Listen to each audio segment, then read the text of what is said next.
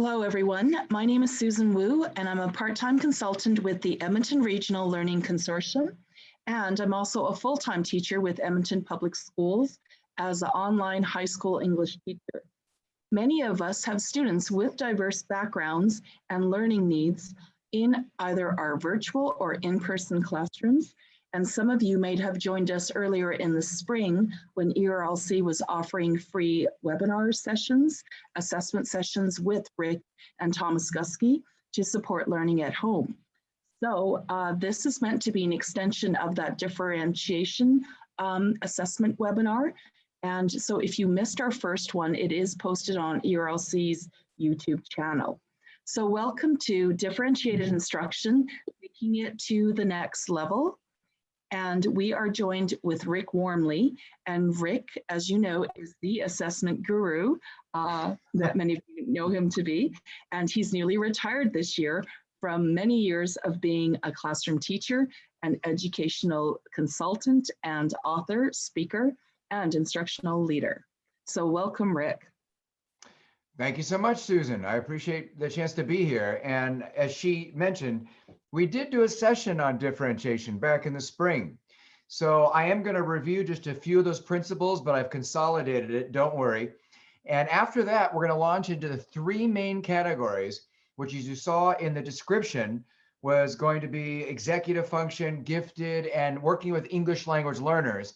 But then we're also going to talk about where do you find time to do some of this stuff and our own professional development. So there's going to be a tag on some shorter sections at the end, and of course, resources. We only have 2 hours together. So know that we're barely going to dip our toes in the water. There's a lot of ideas here, but I am totally cool with such a small group making it organic. So at any time you just want to stop and ask a question, a clarifying one, a yeah, but maybe somebody's voice is running through your head as you imagine trying to talk to them and explain to them about what we were doing. And you want to say, Rick, could I get some language if I were to say this, or somebody were to ask me? I'm fine. But you also might be doing this. I mentioned some kind of differentiated practice, and you are a second grade or grade 2 teacher, but I've given only grade 4 curriculum examples. No problem. Just say, hey, what would that look like with me if you can't figure that out? Now, you might not want to do that today. You might have wait till weeks and months down the road when you're really working with stuff. That's fine. Please feel free to see this as you have me for 2 hours. You have me for a career. That's really all right. Now, I've written articles and books on this. And if you're interested in any of that, and maybe some of the multimedia stuff and other resources, there is rickwormley.com. So if you just remember how to spell my name and add .com, you can find it. And then there's different tabs on the website. Pretty much you can navigate anywhere you want. It's pretty intuitive, but let me know if there's something specific you're seeking.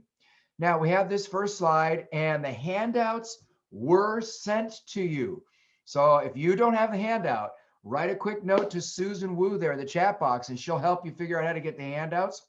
But the meat of the slides you have. You don't have the high-res photos. You don't have the embedded videos. You don't have the color and stuff. You just have the text. It made it for a smaller file, easy to photocopy if you wanted to do that. So if you need something else that we're talking about, email me. Maybe I can send you a sequence, I guess, of slides if you need something with more of the color or the backdrop for some particular reason. And if you want to take these slides and turn around and re-deliver them to your faculty, you can just put your name on the front slide and say, here's a few notes I threw together. I'm fine with that. I'm standing on the shoulders of those who've shared so generously with me. It's really easy for me to say, yes, run with it. It's really all right. Now, there's how you get a hold of me. That's the second slide there. I hopefully made it bigger print for you in the handout so you can read that. You've got the email, and you've got a Twitter account, because I am pretty active on Twitter, and you've got the website there. I might have said that in the reverse order, but you basically have those ideas. All right, let's get going. Are you ready to rumble? Well, sort of. Let's take a look.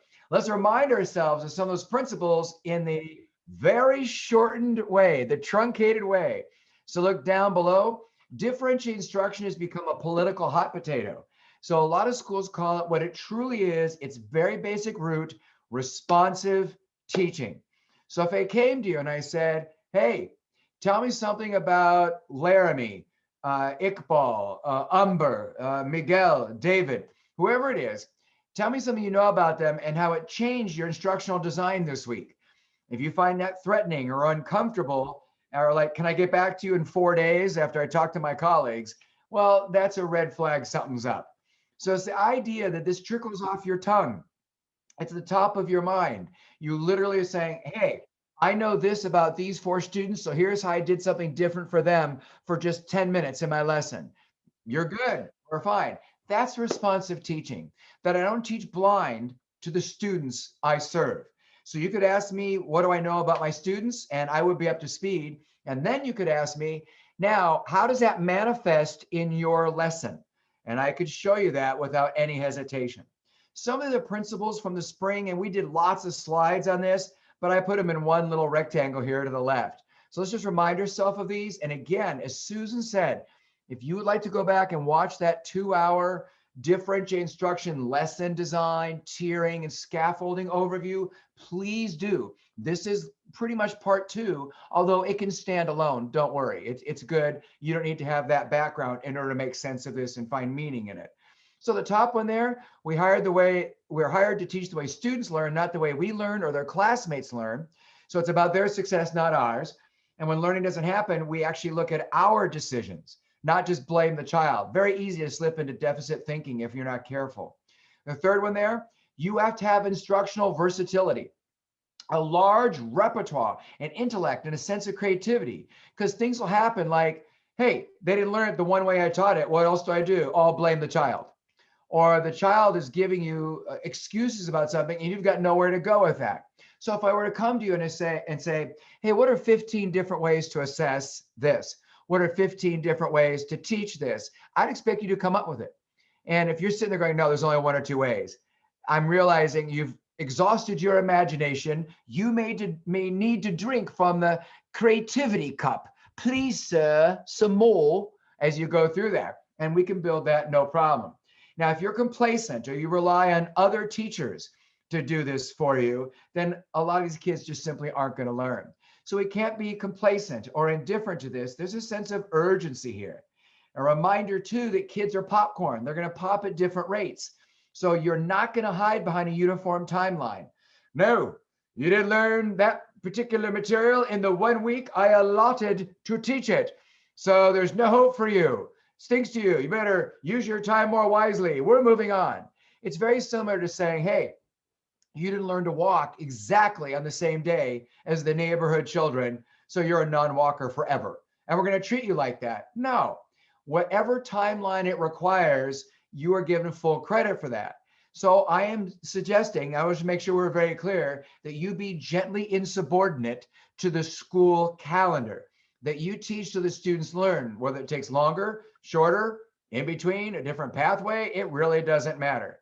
Susan so nicely has just posted the link in the chat box there for that last year session. So no worries there. Then the last one is the sense of urgency. I would suggest that there's moral imperative, that we are an ethical enterprise.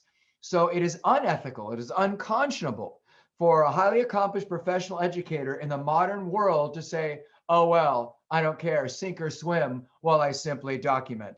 So this is a mindset. It is not simply just a list of recipes, for your teacher cookbook. So in all of that, this is a part of an assessment series. We have to be very mindful of that.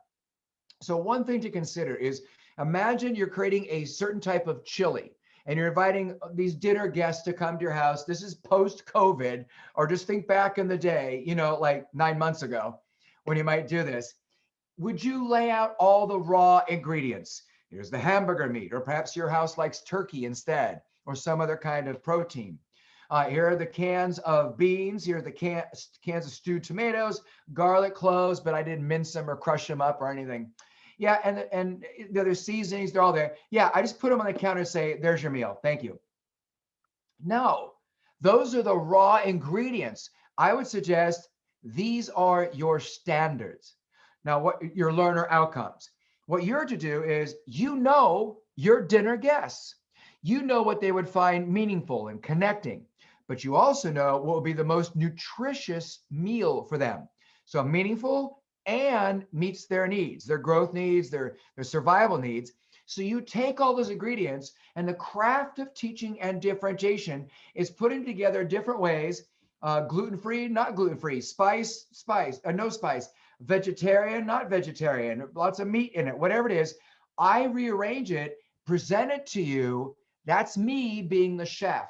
And that's what Carol Ann Tomlinson, who's a wonderfully world-renowned, recognized, and a good friend, guru, though, in differential instruction, how she describes it.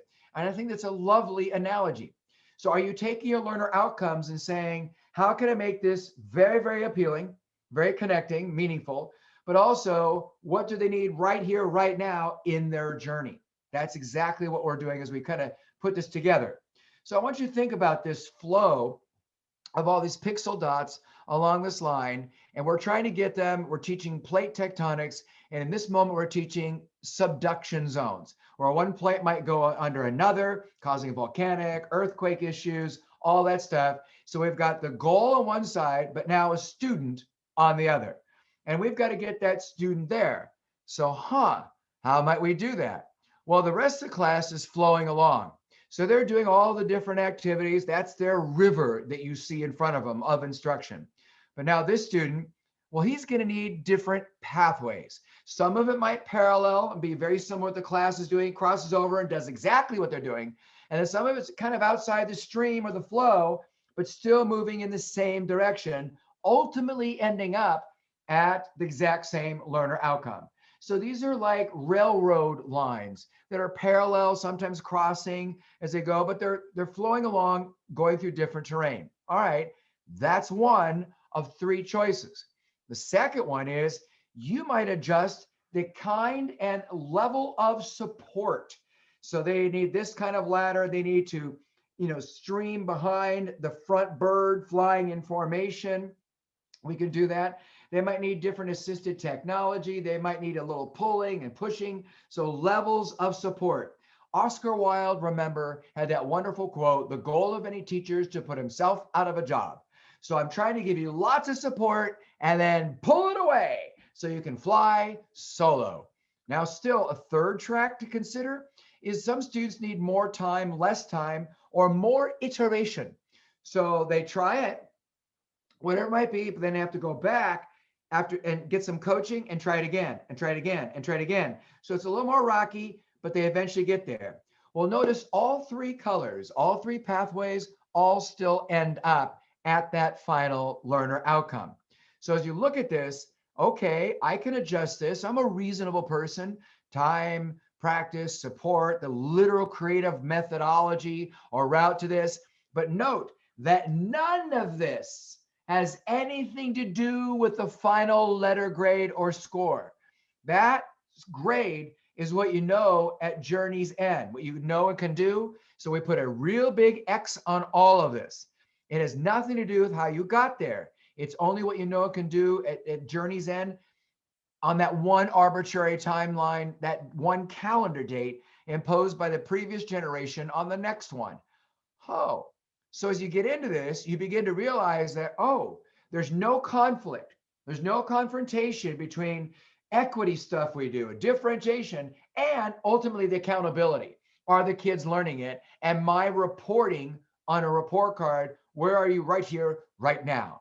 And as this other teacher reminds us, there's probably very little likelihood you will actually achieve and that proficiency, that learner outcome, unless you do these different pathways from time to time. So it's a vital tool. I would suggest that differentiation is oxygen.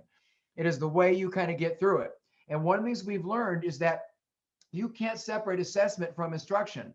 They're inseparable. We're not stopping everything and assessing. Assessment teaches. And through instruction, we have to assess 24/7. It's not a separate entity. So the exchange here that I have to be really up to speed on my instructional design and make sure it's responsive. Yeah. And incorporates assessment principles. Yeah. In order to actually achieve all these differences. So that equity stuff we did outline, I'm just suggesting it for you again. Just a reminder that bias does happen.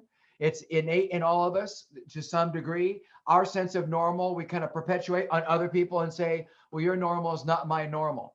And so it must be less respected. No, not at all. It's a very different mindset.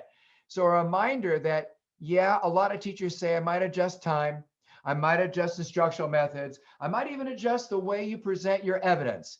But we also have to be mindful of what all of our students are encountering under the pandemic, let alone just naturally in family and personal life. And I've listed a whole bunch of them there. So all of these, yes, I need to get up to speed on this if I'm going to be effective in the classroom and getting the learner outcomes across. So the idea, of course, is that I have the tools, that I have the versatility. And that's what we're trying to do right here today. So what we tried to do last spring is create a larger repertoire, not just talk about it, but really dive in and get into that. So two things I'm going to suggest to you. One, if any of the stuff in the whole assessment series, and there are 5 parts this fall, I think today is part 4, but if any of this stuff is something that troubles you, like you would have to like totally change the way you normally do stuff, you might be consider the article that, again, all the articles are free on the website.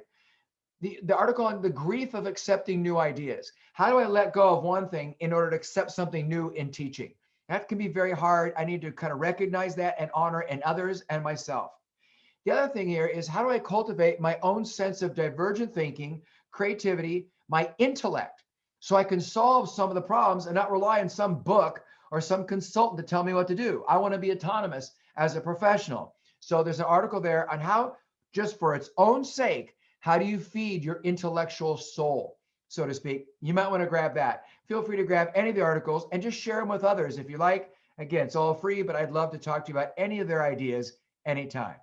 So a reminder, this is the last part of all the reminder stuff.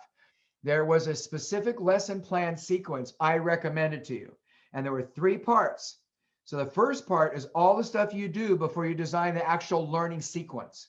So you can see there you're designing assessments, but only after you've decided your standards or learner outcomes and evidence and evaluative criteria, and you're thinking about formative and pre-assessment and summative assessment. All that gets designed first, and then you're really mindful in all that. What do I know about all these kids? Literally, how to become an expert. And that's what we're about today, is the deeper dive in some of this stuff. Don't forget the anxiety, depression, opioid use, alcoholism on the rise. And just this week, I read one more sad research report that the suicide rate for adolescents and young adolescents has tripled in the last year. This is something we really have to pay attention to. It tripled. This is a scary time, and we have to pay attention to those things. Yes, I have an article there. You're welcome to grab it on panic anxiety disorder, how we recognize those things, and how schools can respond. So if that's something of interest, know you can have that too at the website. Now we have designing the actual lessons themselves, and we've got some ideas within that, 4 verbs with 4 correlates. We've discussed this in the last session. And then the idea that you're going to be about access, which is sense making, but also you're going to be about meaning making or processing. And I will tell you that meaning making is the stuff that actually has the greater impact. So this is the one you want to kind of carry out as much as you can. And there's just some metacognition at the end to kind of evaluate your lesson and its effectiveness. And then as part of this whole idea of assessment and differentiation, I suggested that you begin to think about graphic representation, where you disaggregate their performance according to different learning outcomes. And these are examples of knowledge and data being expressed graphically from a variety of domains. This is the way the next generation, I would say millennials and younger, where they really feel very comfortable doing this. And you might just want to sit there and talk with each other at some point. What does this mean for instruction, and what does it mean for grading and reporting? This is going to be very helpful in a differentiated world. And one last reminder that we did talk about in one of the earlier sessions, and that is that I think that with the prevalence of remote instruction, it's going to be sticking around for longer than COVID. So if we get the vaccine within, I don't know, half a year, and we're all back in school, there is going to be a movement to still do virtual trainings. And one of the things that's come out that we really explored is a revisit and a growing excitement with personalization. And that includes micro-credentialing and digital badges and so on, where the kids can become phenomenal at Python or at whatever coding software it might be, but they might become phenomenal at bread baking or at this particular math concept. And they begin to get these little certificates and badges that creates a educational portfolio. And these are just some examples from online. Of course, Google has a ton of those things. And I listed generally what most people say has to happen. There's an issuing body that really declares the criteria and all this. And the students begin to gather these. It took 18 months for this person to study and get certified in Python or Agile a software or whatever it might be. Or it might take 2 years, and there's a little test that is taken. Now that badge, that micro credential follows them as they move to the next level. I think this is making a swing back and is a perfect setup for differentiation from time to time. This is about voice and choice and student agency, and those are all on the rise as well. So just something to think about. Now we're ready to start the new stuff. Anybody have a clarifying question or a yeah, but they just want to just ask real quick to make sure they heard me correctly, or they're processing it in a way that builds capacity for what we're about to do. Anything come to mind? Rick, I just wanted to ask a question. You had a slide that was referring to the difference between sense making and meaning making. Can you discern what's the difference between sense making and yeah, absolutely. I love this. This is huge. What I found in North America is that most teachers stop at sense making. And really, where's the real learning? At meaning making. So when you access knowledge, you're saying things, what are the 5 protections under this law? What are the parts of a plant? Can you name the processes of mitosis? That kind of thing. What does it mean when I say noun verb agreement? That's just sense making. It makes sense. Meaning making, oh my goodness. Here are a couple of examples. When you recode something you're learning in class in terms of something you already find familiar. So you're drawing analogies. Oh, that's meaning making. You're making a connection. When you use something in one class that you've learned pretty well in another class. When you create something that others find value and they use it, that's both validation and it's very meaningful at the same time. If you learn something in school and it allows you, it's a skill or a content knowledge, to then go on and pursue and experience things that you really make you happy and allow you to achieve goals, that's meaning making. This absolute personal connection between this really just kind of abstract, distant thing, I really could care less about it, and suddenly now you're speaking my language. So I could say, well, yesterday we used the Gettysburg Address. So I could say, yes, please now tell me what is the meaning or what is the describe and interpret the Gettysburg Address. But if I first said, you know what, locally, we've had a lot of wartime fallen.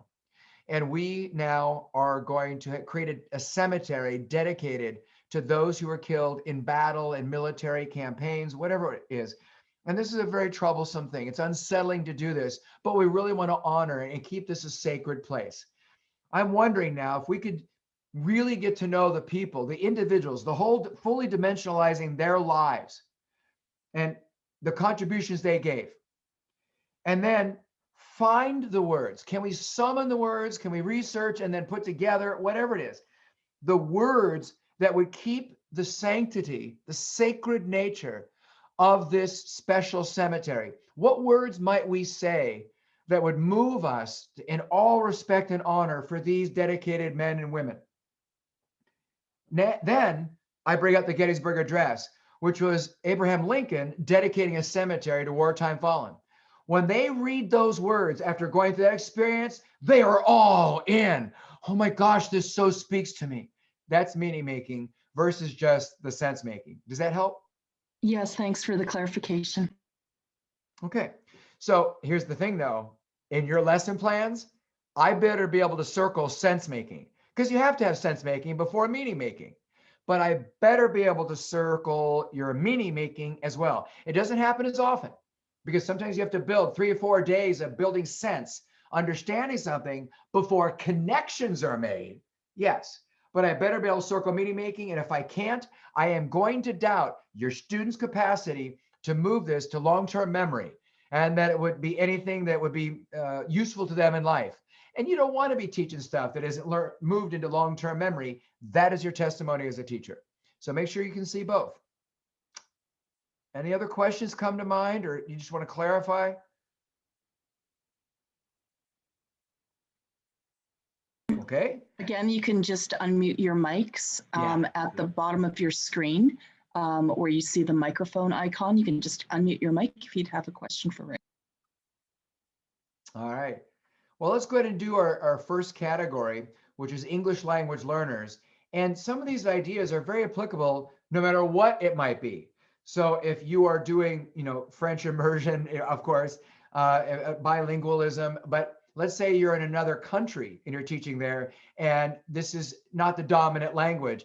I'm using English as the focus. It might be something to consider. There's at least a few things in here that you can probably try, no matter what the language is, that is not the dominant language of the child. So now, just for fun, wherever you are, and if you want to unmute for this and just have a cacophony of chaos, I love it. It's cool. Try to read at least, 5 or 6 of these lines out loud.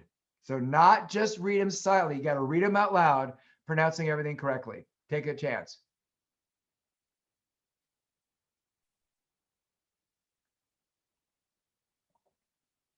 Nobody's daring to unmute, I see. The bandage was wound around the wound. Oh, that was good, you English teacher. Now read them faster. The farm was used to produce produce. The dump was so full it had to refuse more refuse. We must polish the Polish furniture. He could lead it if he could get the lead out. The soldiers decided to desert his dessert in the desert. But when you're in a room with lots of people trying to do that, it's hilarious. That's why I wanted to get. Whenever we polish our handbells, the kids call it a Polish party. Okay, I got it. Or a Polish party. So yeah, this is really bizarre. It's a lot of fun. And the kids go, oh, now I get it. Yeah, there's a lot of stuff. Yeah, I know. So now I'd like you to read this and follow the directions exactly.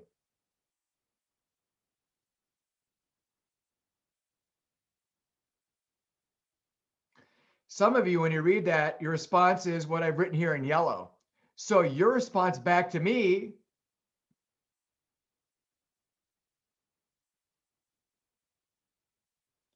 and you're like, so I say, and getting more and more a little bit condescending.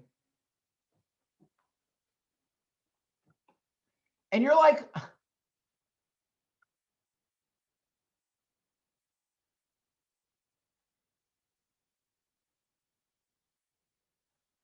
so now I'm really condescending. And here's what I say.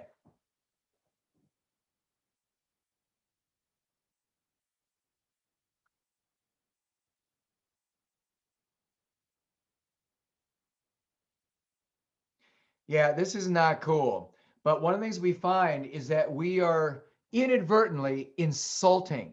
We really do insult. It's rather egregious if we're not really tuned into it. People who don't speak the dominant language are using the classroom on a fairly daily basis.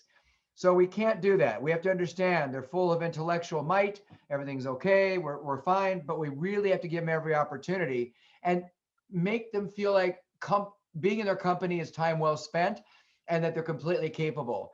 I know that when I travel abroad and I'm in a country, I don't speak the language, I don't know the customs, I feel like an idiot. And I hope that other people won't find out that I'm such a fool. But I feel very small, very intimidated when I'm going along. And it's something that when you travel abroad, then you come back to your own comfort area, you're so much more understanding of it. So it might be something to consider if you've not really had that experience.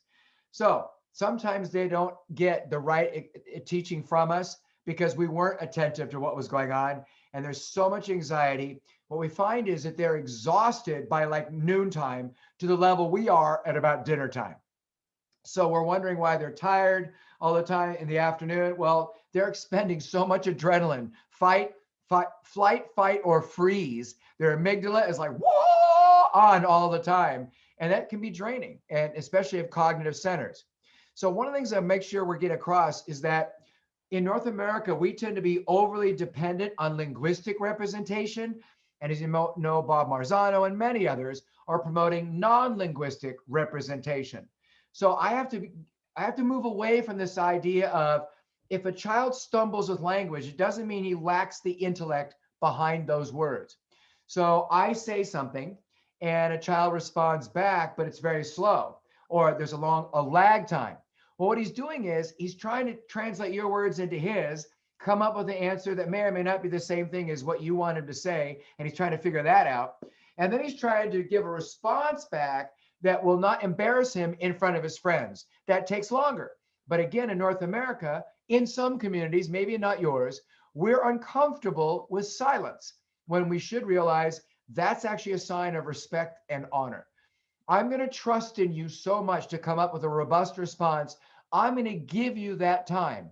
And I will tell you that indigenous peoples and native Northern Americans and different tribal nations have taught me that more than any other group of people. They are just brilliant at that and the positive, constructive aspects of it.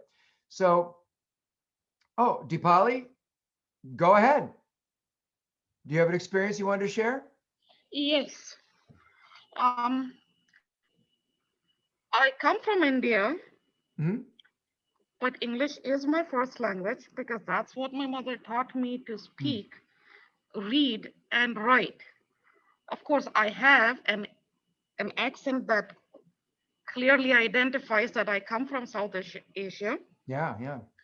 And I find that in the population that I teach, there are often a lot of kids that speak and write grammatically correct English. Their vocabulary is good as well, but they have an accent. So they feel embarrassed, but their written language is pretty good.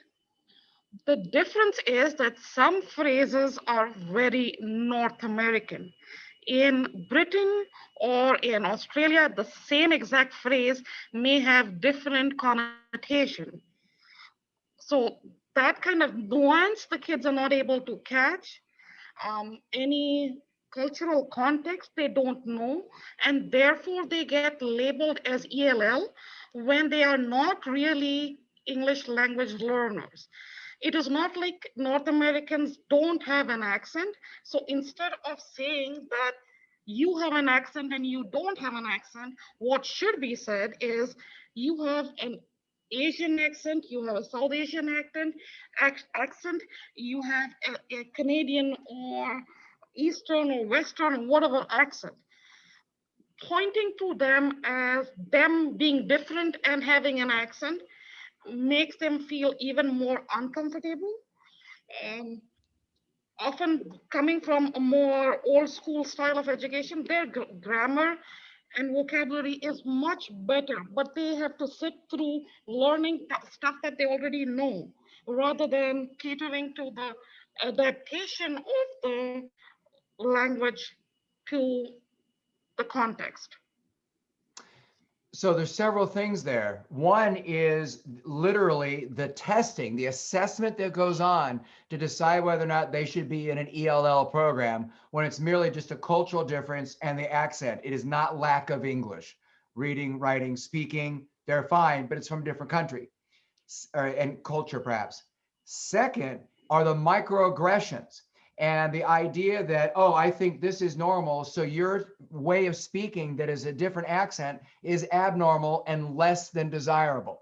And that gets into racism and implicit bias and unaware and systemic things and institutional things, not just personal. And we need to address that. When I do training on ELL for a whole day, we have a massive section just on that, on really how do we protect ourselves from doing that, and how do we become aware and sensitive that we are really creating the problem for that student, and it could be avoided. so simply if we had the training and those things. So sometime down the road, I hope that I will be invited back to discuss it. But your story here is a sensitivity we need to carry forward. So thank you for sharing that. So it looks like somebody else has a comment. Oh, thank you. Okay, thank you, Polly, for saying that. So that's going to be huge. We want to do right by them. So for example, I might be in a class and I'm saying, let's take a look at the metaphorical connection here. And I think, oh, yeah, you don't speak English really well, or you're from a different culture. So I'm going to give you a simple-minded task. And they're deflated because they're totally all in. They can totally do metaphor. In fact, what's really interesting is that non-English speaking cultures tend to understand and have a much more facility and versatility with metaphor than English speaking countries and cultures do. And yet we, because we're English speaking and we're Western scholarship, perhaps, we just assume that, oh no, you speak a different language, you're simplistic, this is too sophisticated. What the? That's arrogance. That's ego getting in the way of being effective with kids.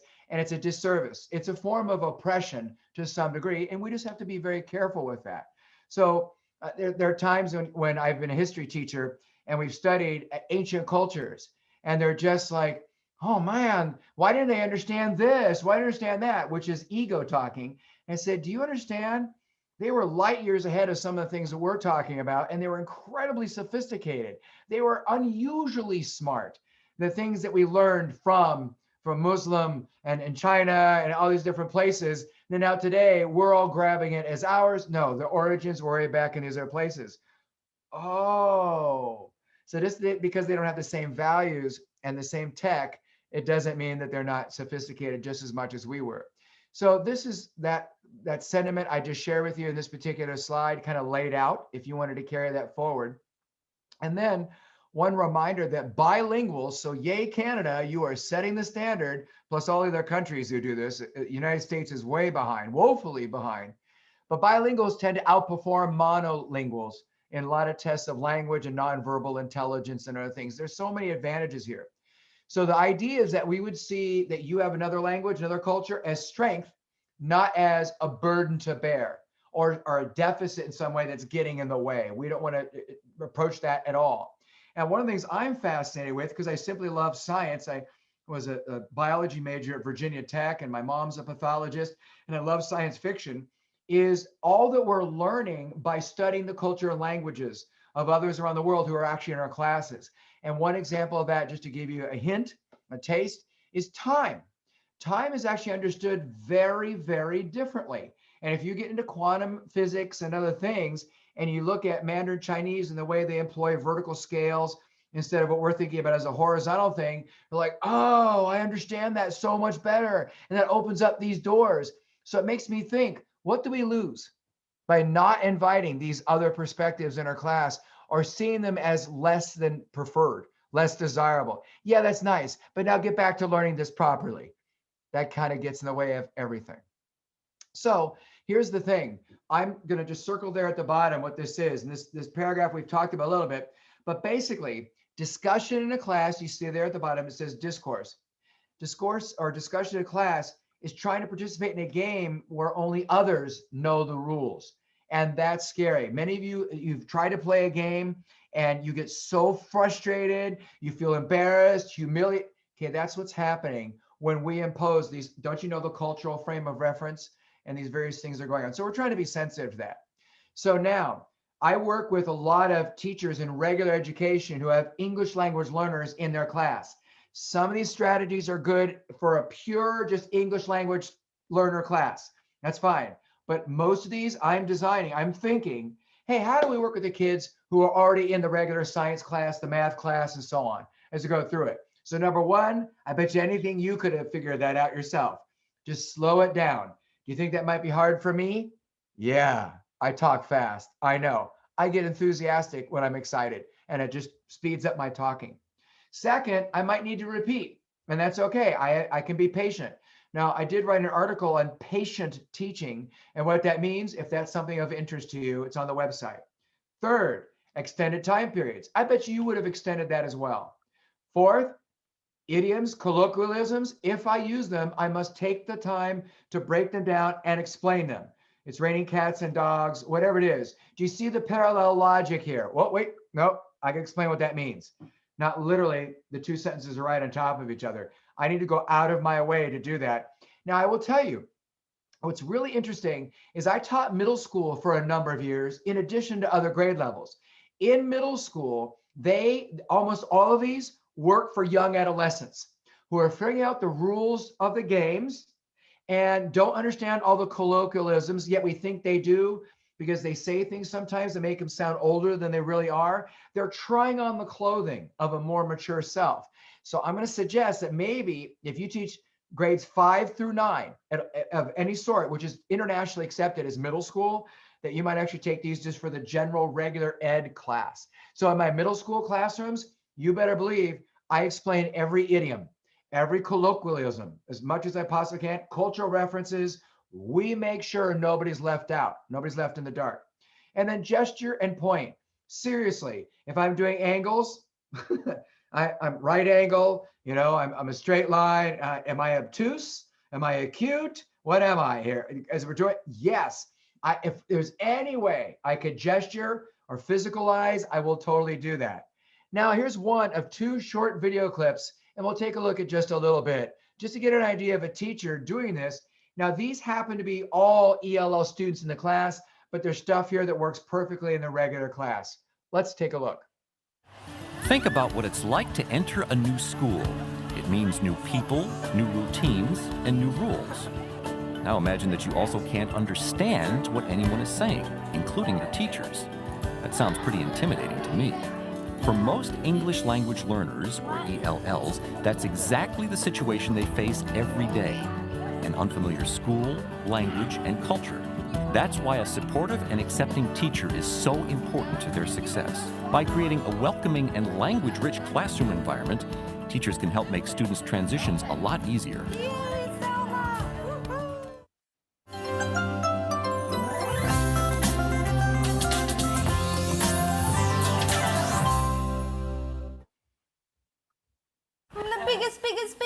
Amber Prentice teaches 7th and 8th grade ELLs in St. Paul, Minnesota. State, continent, country. With the help of her students, she's ready to show us what goes into making a welcoming classroom environment. Earth is the biggest one. School starts pretty early, though, so let's wake these kids up. Earth. Hands on your head, hands on your shoulders, hands on your head, hands on your shoulders, hands on your head, hands on your lap, eyes all the way over here. Now that everyone's attention is focused, let's look at some strategies for helping every student feel welcome in the classroom. This is one of the most critical things you can offer any student. With ELLs, this is especially important. I call it deer in the headlights. They're so nervous and they're so scared and their eyes are just looking at you like, please don't ask me to talk. Please don't ask me to do anything. And just know that they're going to be nervous and just try to make them feel as comfortable as you can. And it doesn't take much. Simple things like pronouncing students' names correctly, learning a few words in their language, and displaying their work make a big difference. The easiest tip of all? Smile. Smiles, everyone smiles. Susan LaFond taught ELLs for 20 years. Sometimes you will get people that when they're perplexed or worried, whatever it may be, they'll start crossing their arms or they'll have that closed body language. Really important to keep it open so the students feel, hey, maybe you do want to have me here. And the easiest thing to do and the cheapest is to smile. Amber is all smiles for her class. She tries to make new students feel welcome from day one by introducing them to the class, assigning them a buddy, and discussing their arrival with her other students. Today is David's first day. He is our new student. Usually I'm given about 1 or 2 days notice that a student will come, and I will first prepare the class. If we have a student who speaks the new student's language, I will ask the student to be his buddy, and I'll talk to the class about ways we can make new students feel welcome. I want you to think about all the things you can do to help David in school and help him know where to go and what to do. Rules, routines, and structure are key things for all ELLs, but especially for newcomers. They're not just entering a new school, they're entering a new culture. They'll benefit from clear goals and expectations like a posted class schedule and daily routines. All right, what do you guys need to do? Copy. Yep, copy and answer the question while I do some. Don't you like that modern computer? Yeah, this is an older clip. There are many, many clips on YouTube. We will just see one other one, but for the sake of time, I'm gonna move on.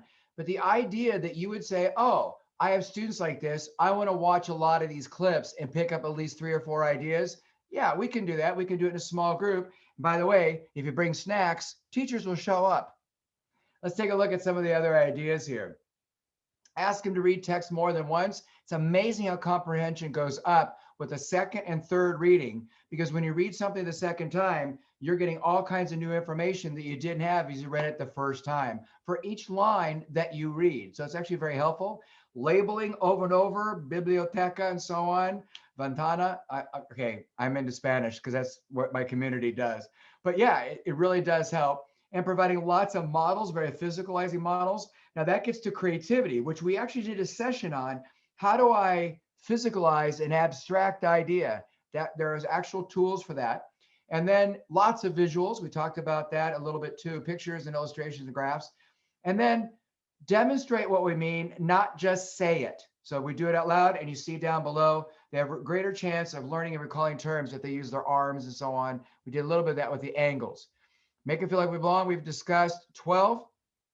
A lot of modeling, think aloud, self-talk, but a reminder, you can do that very smoothly, very nicely, but then step to one side and have a peer, a classmate do it, because the students will hear it. Even if they said the exact same thing, they will hear it more from a student. And yes, I have told students, hey, I want you to do this. And I've written out the script. That's fine. They can go off the script if they want to. Don't forget cooperative learning in small groups where one kid is kind of assisting another. That works very well. And then sometimes let them draw instead of writing their response so they feel like they are competent. Nothing motivates like success. If you were to show up at a job where all day long, all they did was prove to you how you were weak, you didn't belong, you would quit the job. You would not have the stamina to see it through. So if they can get by just by drawing a thing instead of the language, no big deal. They were competent, and they need to have that win. It's not like, oh no, I'm undermining their language acquisition skills. No, they need to have the competence too. And then I want to help them demonstrate their intellectual skills and maintain dignity. So some way I'm going to have them bring news of their country and how this might be shared there. Or they're going to be able to explain something to me via another student to show me how to do something in mathematics or in writing. That, whatever it takes, that I see them and I set them up on purpose, even if it's sort of fake and I have to reach for it, as competent and the source of solving a problem rather than the thing that just had to be endured, that the person had to be endured. Oh, I got to explain it to David one more time. And then one of the other things to do is very quick feedback on their word use. So understand that they don't need to have the correction. You insert the correction within your response. So if they say they is going to the store, and you might say, yeah, they are going to the store. I don't know what's going on with that. I didn't say, you are wrong. Let me now correct you with proper, say it back to me. I just simply incorporate it, because as you might realize, if you've ever been in the situation, you're hanging on every confirmation that what you just said was right. You don't need to have it overtly pointed out. You will perceive that, and it preserves dignity as you do that. And then spend times building personal background in English language learners' countries, really asking questions about it. That makes them feel like they belong. And you actually discover what a strength, what a wonderful thing to have such a person from such a place in the room. And then stay focused how they're doing in relation to their goals. You don't need to cajole them. Why aren't you like Miguel, who already has this? Or JJ over there, why he's already got this? Don't you care? There's no worry about that. They are desperate to learn the dominant language and fit in the culture. And then recognize the difference between academic language and conversational language is huge to these kids. A lot of kids, what I found is they can get conversational really fast, but they don't have the academic language. And then that shows up, but they actually know stuff. And you thought they did know the academic because they were so fluent in the conversational. So they're talking about soccer and they're doing very well. I was playing sweep. Do you have any cleats? They're fine. But when I start doing academic language, they kind of fall apart. And it could be academic language like exercise in math, exercise in PE. What do those mean? Some, all of the following, except. That's academic language. You can see some other ones there. Summarize, identify. You have to overtly teach that. And then take the time. Oh, I already said about learning the countries, so on. Invite ELLs, students to learn and explore ideas in their own languages first. What we find is that English acquisition is faster if you understand the content. So if I'm teaching something, I will find an Urdu translation or a Farsi or whatever it might be, Hmong community, Vietnamese community, whatever it might be, try to get it in those languages as much as I possibly can. And there's a lot of websites that will allow you to do this. Plus I have a slide on that later. So they really understand the science. And then we start inserting a lot of the English words in that, and they start making the connections faster and they learn English faster rather than saying, no, you have to learn it all in English. That's it. So just know that's where I'm coming from. Now, since 1981, I have had huge numbers of English language learners in my class. And so we had to learn a lot of this just by trying to survive and do right by our kids. Ask students to restate classmates' comments as they begin their own. So I disagree with David, who said, here is my presentation. This really does help set the whole tone. We went from here to here, and the English language learners can keep the flow and they can follow the logic. And they relate concepts in story format because narrative is universal. It truly is. Any chance I could do a narrative version, I will do it. And then I will give them starter stems just to kind of give that running start. So one thing I learned was, what this means for me is, rather than, hey, how do you respond to that? They need to have a sense of how to begin that. So we have them memorize these, or we point them out and they select one. And then break things into smaller pieces. You probably already knew that already. And then please teach self-advocacy, a sense of assertiveness. So can you help me understand? We practice this. We do role playing over and over just for its own sake. Yes, I do this with high school and middle school, not just young children. And then spend additional time on multiple meanings. So what's the meaning of sell and table? Let's table the conversation. Well, here's the chart or the table. Hey, let's all sit at the table. Yes, we go over those every time they come up. Great detail, very vividly. Pre-teach the content vocabulary. So I might pull them one side along with other students who are not identified and just say, hey, can we just talk about this for a minute here? I just want to let you know this is coming up and this is what it means when we get to that. That's actually really helpful and a way of honoring, the experience they're about to have.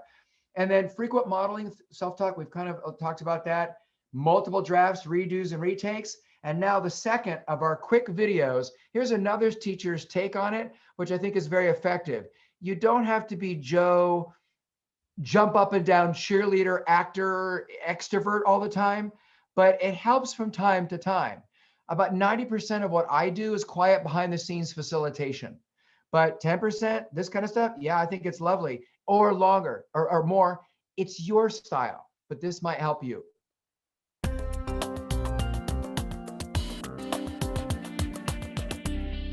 How you doing? In this algebra class at Smyrna High School, it takes more than formulas and calculators to teach the students. All of them barely speak English. Most rarely attended school until last year. So their teacher uses a different approach. Ready?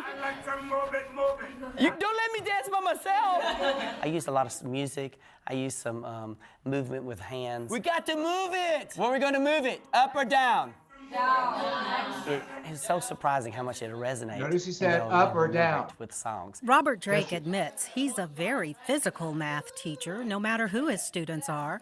But Drake never expected to teach English language learners until a few years ago when Smyrna High was suddenly faced with an influx of refugee students from Burma, a population known as the Karen. Some of these people can do the math concepts.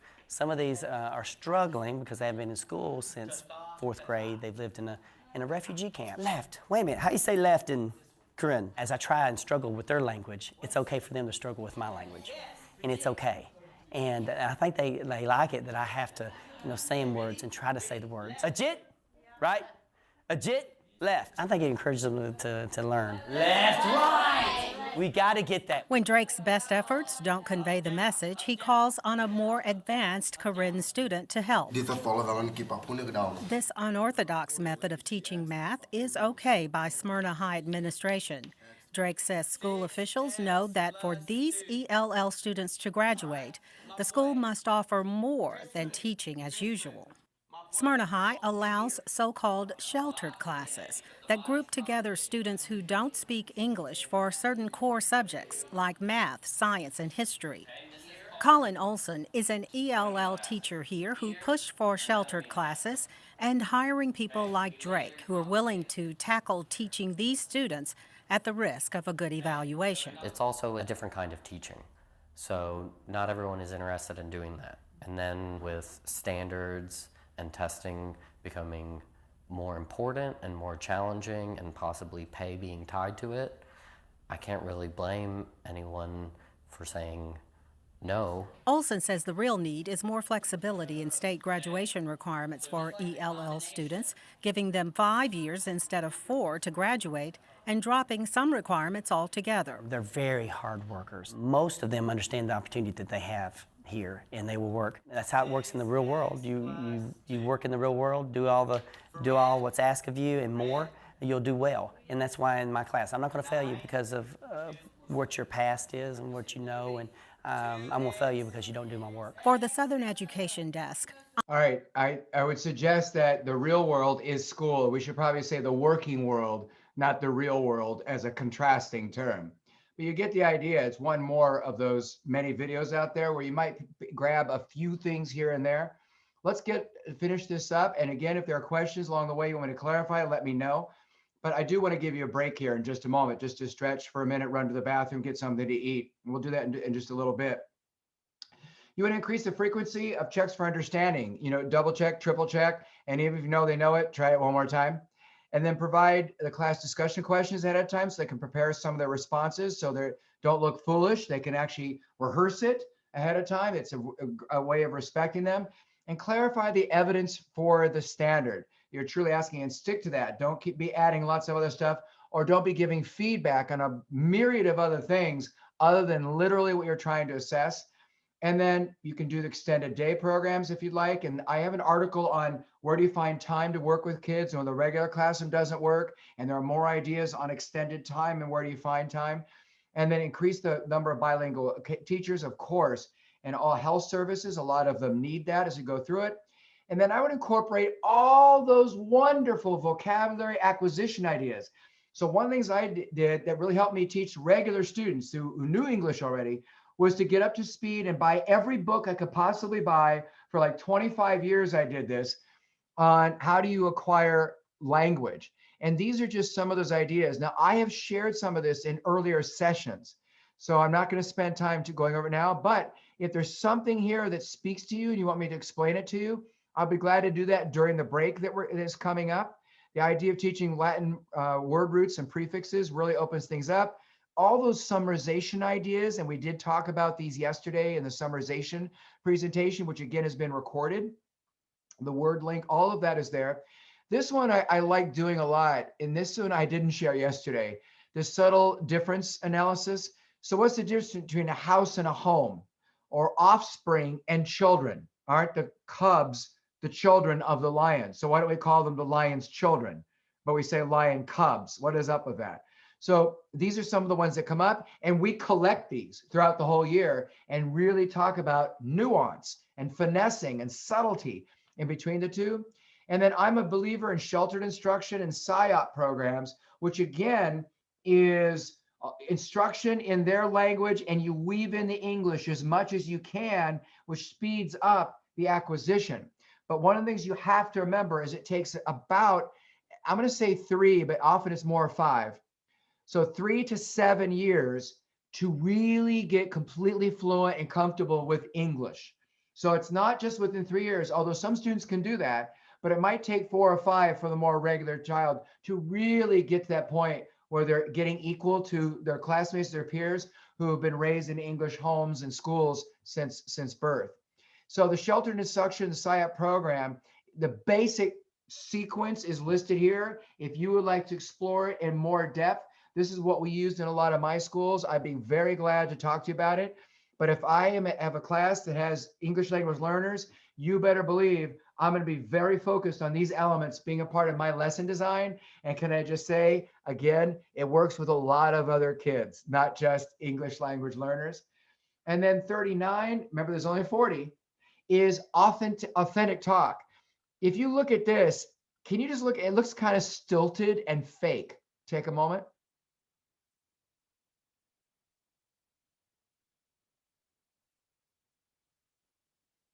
Yeah. Is this appropriate? Yes. In some samples, some back and forth, you might want to try it, but they must also experience authentic English. So check out how this is a bit more authentic. Again, using the soccer example I alluded to earlier.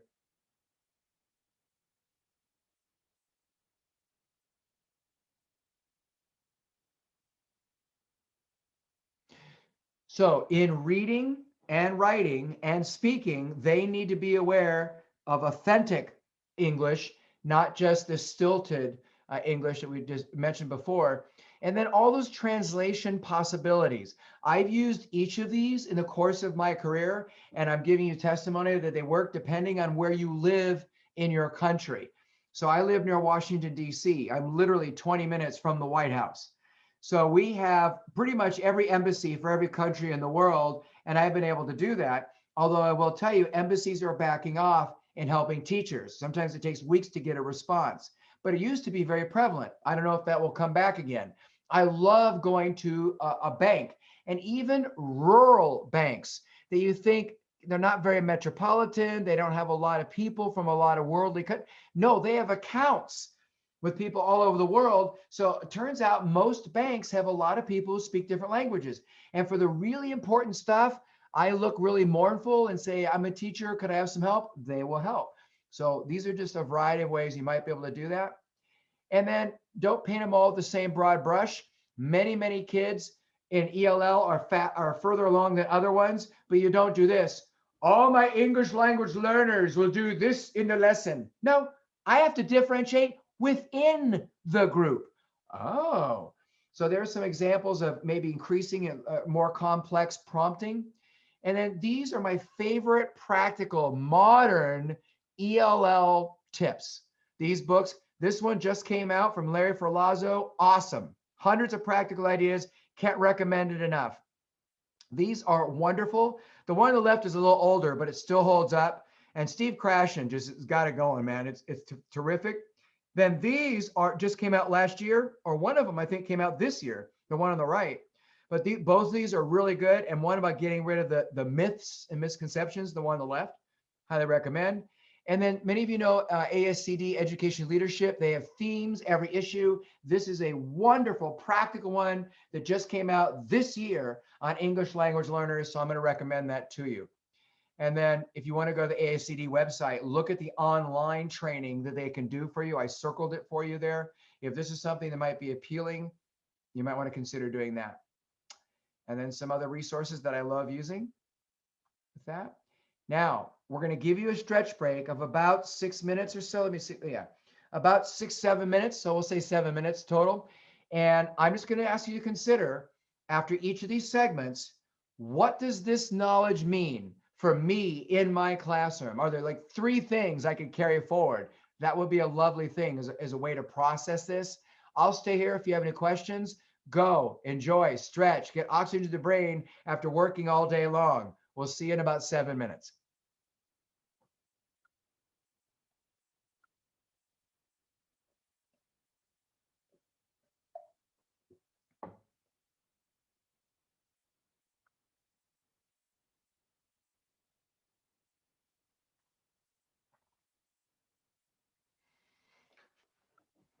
Not hearing any questions, so I might go get some water for myself if that's all right.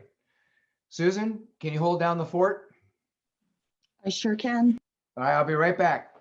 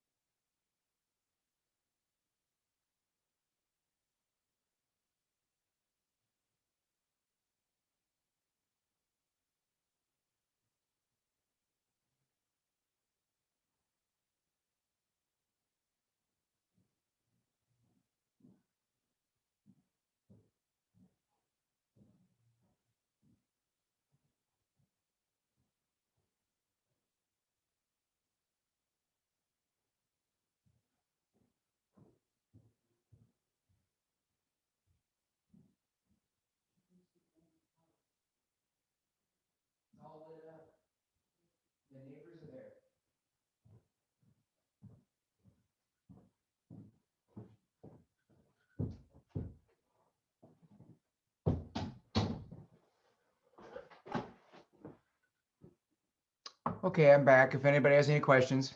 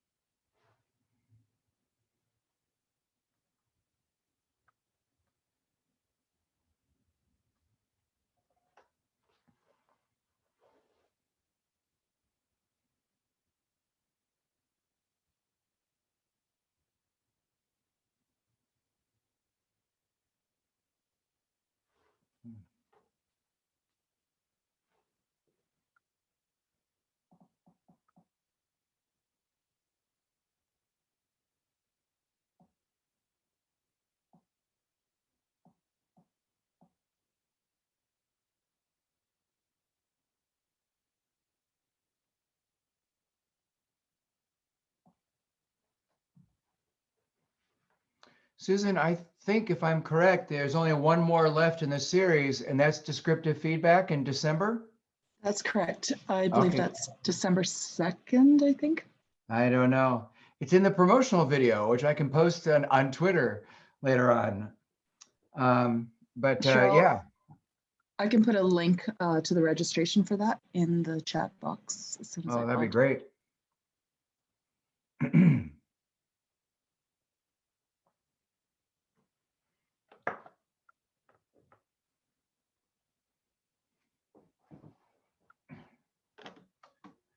These are my get rid of the blue spectrum light glasses, so you're not as fatigued.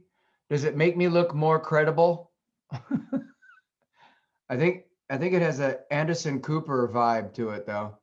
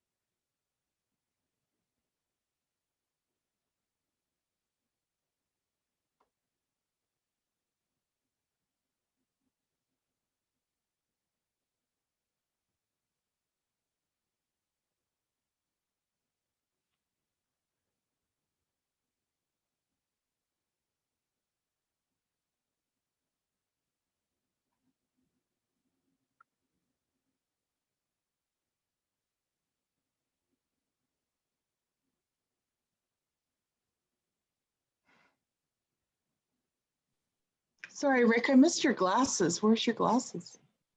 I didn't see. Well, I've got those, get rid of the blue light when you do a lot of work online.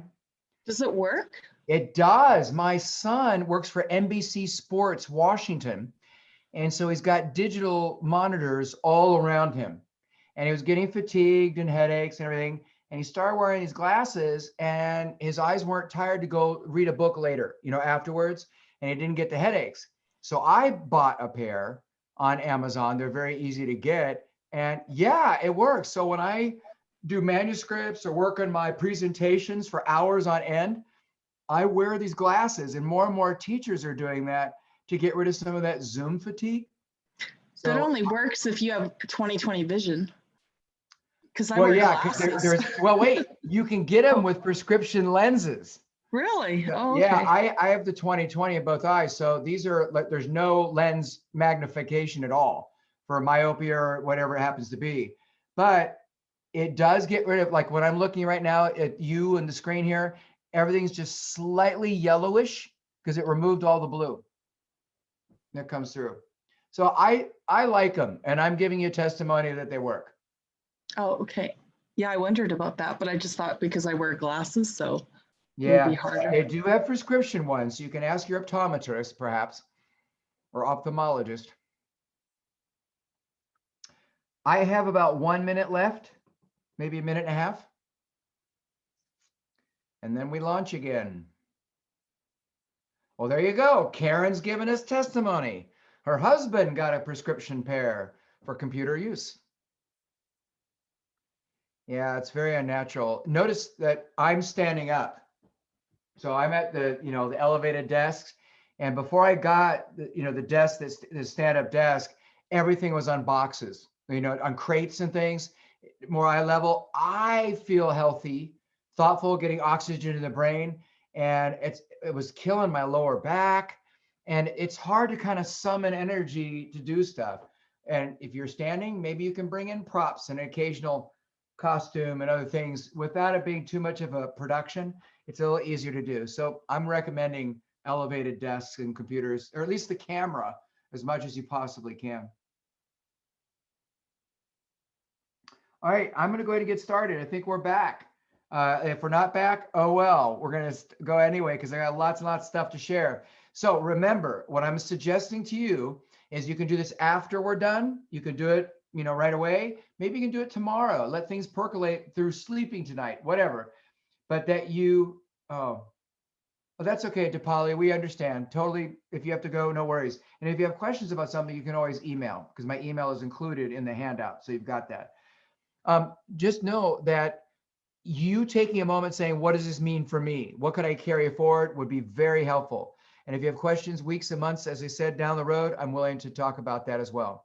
So now our next section is gifted and advanced students. And then we'll do executive function, and then we'll do some of those really shorter sections on time and resources and professionalism as we do that.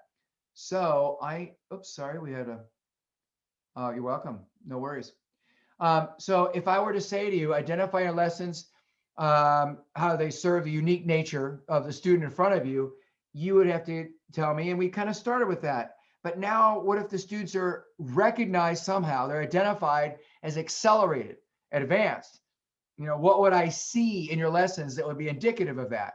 Well, the first thing you have to remember is they're always kids first, gifted, advanced, accelerated second. So the one thing we don't do is parade their label.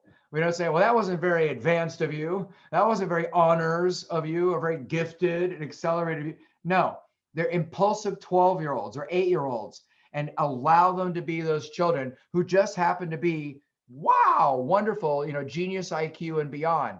So this is just an example of, if you do teach middle school, which is grades 5 through 9, as I mentioned, these are things that are really hugely important to them.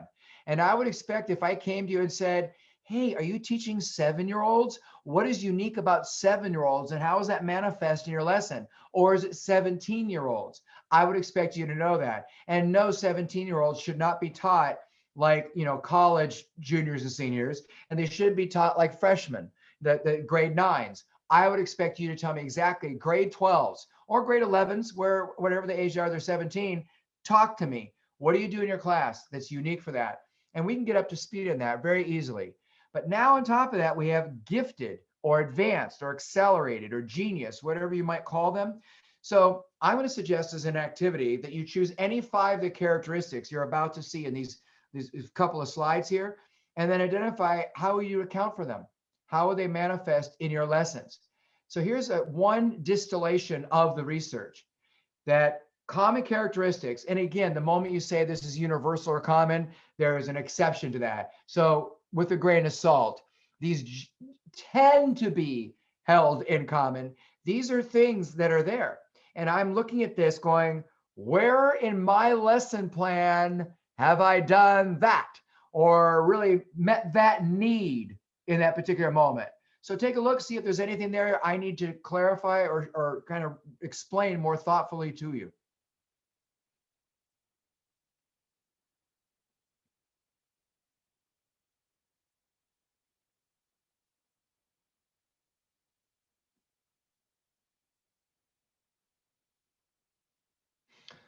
All right.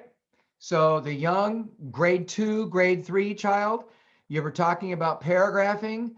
will be the one that will say, yeah, can a single word be a paragraph if I indent it? And you'd be like, yeah, I usually don't teach that till grade 4s. Yeah, I mean, they're the ones that they're going to figure that out. And they're going to figure out where a subordinate clause can go. You know, if I say it this way, am I meaning this? If I say it that way, I'm meaning that. Oh, I could say that sentence. You've got like 3 sentences. They're all individually. You can combine them together with an and, a but, or an or. Ha, I said but. I mean, they're still kids. They're still kids first. And ready to move on. Are you open to that? Wait, here's the second slide. Is there anything here you would need me to explain? And just think about this. If I have advanced kids in my class, where am I providing for that need in my class? Take a look.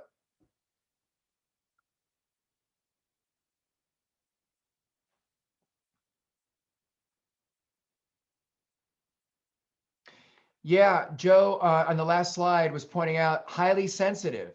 Yeah, gifted and advanced kids tend to be really intense emotionally. Now, think about that. Their cognition is like way up there, and the brain develops from the back of the head forward. And most of the emotional stuff is right there in the middle of the brain, the midbrain, the amygdala attached to the hippocampus and so on. So they can run at a higher emotional intensity. For example, we have experience, the life perspective, and we don't think it's the end of the world to read a crumpled love note, but they do, and they're a little bit more sensitive. So if I point out to another child, hey, that's not quite right, but let's go with this part that is, and then we'll bring in this other stuff that might help correct what you were just saying. Where an advanced kid, if I said the same thing, they might fall apart because they so seek that perfectionism. So there's a heightened sensitivity to any kind of perception that they're not maintaining the status quo, as the child always gets it right or gets it first. And they'll spend a lot of energy trying to protect that. But they can be very stubborn, and they'll understand. They push away. They're in their flow, and you're interrupting their flow, so they become irritated. There seems to be a heightened sensitivity on a large part of gifted or advanced students. I will tell you that the Council for Exceptional Children and NAGC, National Association of Gifted Children, have more literature on that if you want to explore it. Hard to let things go. Yeah, truly. Yeah, and move on. All right, now wait. I will tell you that there are 2 slides right now, and this is what Steve Allen, who was the first host of The Tonight Show and was a musician and actually an author of murder mysteries. He wrote a book on, it's called Dumbeth, The Lost Art of Thinking, and it's the word dumb with TH, so dumph, so to speak. And these are things that he did as research that found out that advanced thinkers commonly do. And I want to make sure all of this stuff is happening with the kids. But as you read through this, I bet you anything you're going to notice some of these are harder for kids to accept than others. Take a look. 2 slides worth.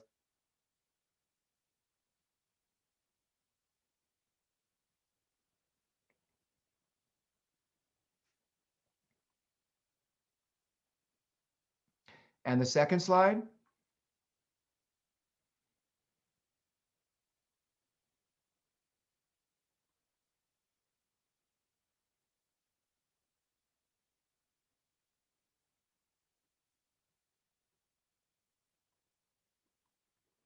So these 2 slides are actually on posters in my classroom every year that I've taught. I put them up there to remind them that we are scholars and we are aspiring to advanced understandings, and we will practice these things. We'll do our homework before we speak. We'll recognize that we do have biases and personal prejudices, and to go unrecognized is not the sign of an intellect in our class, and we're going to try to be intellectual. So some things to just think about. Now, I'd like to remind you that everybody works with gifted and advanced, and I've had the occasion to do that. Plus, both my children have been recognized and identified as such. So I'm coming at this as both parent and practitioner, is that we practice the world of instead of, not in addition to. What do you mean? Well, they do different work. They don't do the work on top of work, the advanced work. So if you were having young kids and they were pulled out for like a gifted experience, they would not have to go back and repeat all the stuff the rest of the class did. Now, that might remove them from community and they might resent that, and that's a problem, of course. However, What we're talking about is they do different things, not just on top of and just add more and more, punishing them for their high capability. They're so smart, they'll learn to be dumb.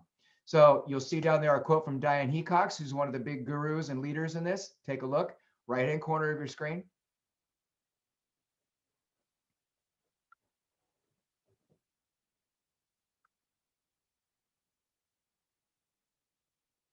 Okay, so toward that end, we've got lots of principles that we're going to apply in our classroom. Again, we're a little bit short of time. Let's just take a look at each one very quickly and see if you want me to clarify. No matter what the readiness level is, we teach the essential stuff first. One of the problems I find is that some teachers of advanced children only teach advanced stuff and they never double check that the child understands the on grade level stuff. And that's a problem because you'd be remiss in not teaching that. They don't have the foundations. The second one there, you don't have to know it. You have to facilitate the journey of them. So it's actually okay for you to say, I don't know. They won't eat you alive. They'll be fine. And they'll respect you for that. And then advanced experiences illuminate more material, whether it be what, depth or breadth or speed by which we progress through things.